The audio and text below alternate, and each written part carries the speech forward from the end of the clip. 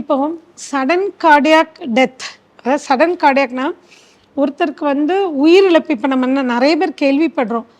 Football விளையாடுறாங்க, கபடி விளையாடுறாங்க, சடனாக உயிர் இழக்கிறாங்க. ஸோ இது வந்து சடன் கார்டியாக் டெத். அதாவது வித்தவுட் எனி ரீசன், நம்மளுக்கு அவங்களுக்கு முன்னாடி எதுவுமே பார்த்துருக்க மாட்டாங்க, சடனாக உயிர் இழக்கக்கூடிய வாய்ப்பு. இது வந்து என்னென்னா நம்மளுக்கு துடிப்பு மாறுதல்னால வரக்கூடியது. துடிப்பு மாறுதல்னால வரக்கூடியது. முக்கால்வாசி 99% துடிப்பு மாறுதல்னால தான் வரும். ஸோ நம்மளுக்கு நார்மலாக இருதய துடிப்பு பார்த்தீங்கன்னா 60 to 100 இருக்கிறது நார்மல். ஆனால் இவங்களுக்கு 200க்கு மேலே துடிப்பு மாறலாம். அது பேர் வந்து வென்ட்ரிகுலர் ஃபிப்ரிலேஷன், வென்ட்ரிகுலர் டாக்கிகார்டியா.